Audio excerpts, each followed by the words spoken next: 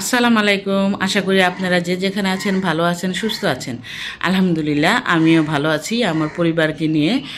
তো আজকে আরেকটা নতুন ব্লগ শুরু করলাম, আশা করি আপনাদের ভালো লাগবে। এখন বাজে সকাল 9টা, সকাল বলতে 9টা বেজে গেছে অলরেডি।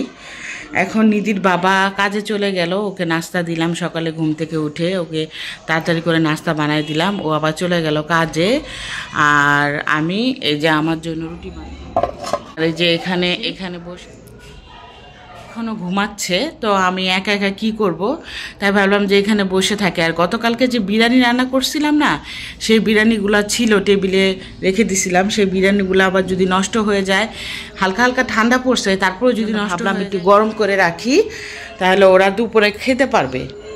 আমি জিনিস যে কোনো জিনিস বললাম, আমার দুই মেয়ে খেয়ে নিবে। সকালে উঠে গরম করে ফেলি, জানি জিনিসগুলো নষ্ট না হয়। আর এখন এই যে একা একা বসে আছি এখানে,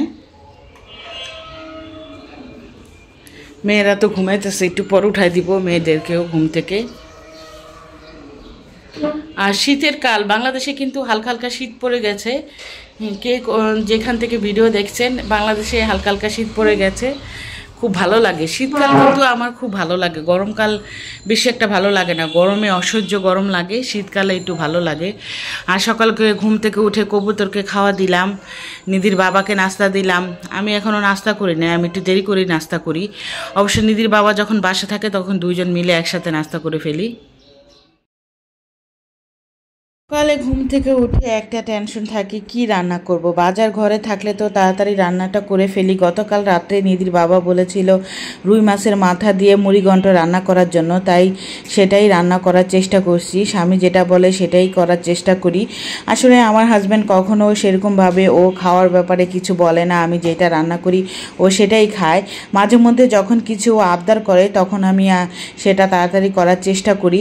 ও কিন্তু এই মাথা জীবনও খেতে পারবে না, কিন্তু হঠাৎ করে যেহেতু বলল মুড়িঘণ্ট রান্না করলে ও ডালটা খালি খাবে, মাথা ও ধরবে না, আমি জানি। তারপরে যেহেতু বলছে, গতকালকে রাত্রে বলেছিল, আমি আবার রাত্রেবেলায়, ও আবার সকালে কাজে চলে যাবে, এই জন্য রাত্রেবেলায় আমি ডাল এনে রেখেছিলাম। আর সকালবেলা ঘুম থেকে উঠে নাস্তা বানালাম, ওকে আবার খাওয়ায় বিদায় করলাম। আর সকালে টিভিতে ইয়াসিন সূরাটা আমি প্রত্যেক দিনই ছাড়ি। আর মেয়েরা ঘুম থেকে উঠে গেছে, মেয়েদের জন্য নাস্তা ভাজছি, মেয়েদেরকে গরম গরম নাস্তা ভেজে দেই। আমি যেহেতু বাসায় যখন থাকি তখন আমি সকালবেলা ওদেরকে নাস্তাটা গরম গরম ভেজে দেওয়ার চেষ্টা করি। আর এখানে রুই মাছের মাথাটা ভালো করে ধুয়ে ভেজে রেখেছি। আর এই যে রুই মাছের মাথা দিয়ে মুড়িঘণ্ট রান্নাটা আমার হয়ে গেছে। আর মুড়িঘণ্ট রান্নাটা অনেক মজা হয়েছিল।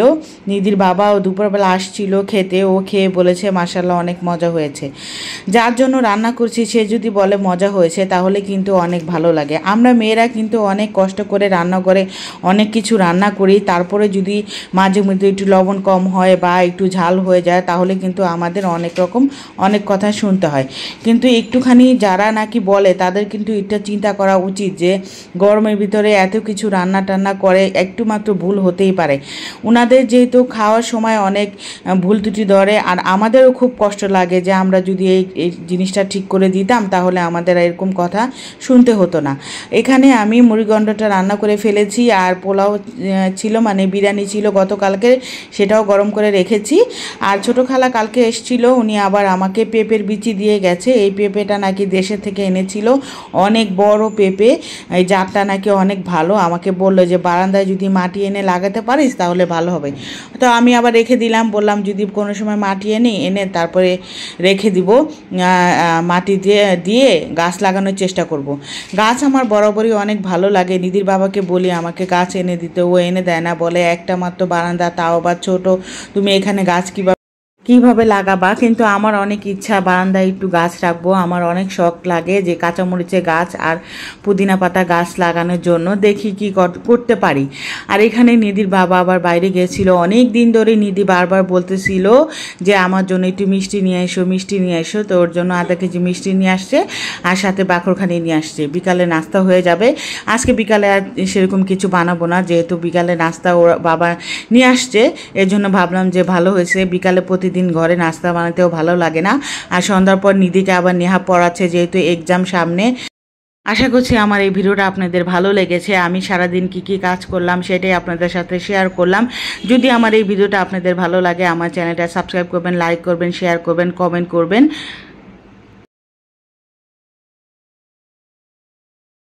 তো আজকে এতটুকুই আপনাদের সাথে শেয়ার করলাম। সবাই ভালো থাকেন, সুস্থ থাকেন আর আমার চ্যানেলের পাশে থাকেন। আল্লাহ হাফেজ।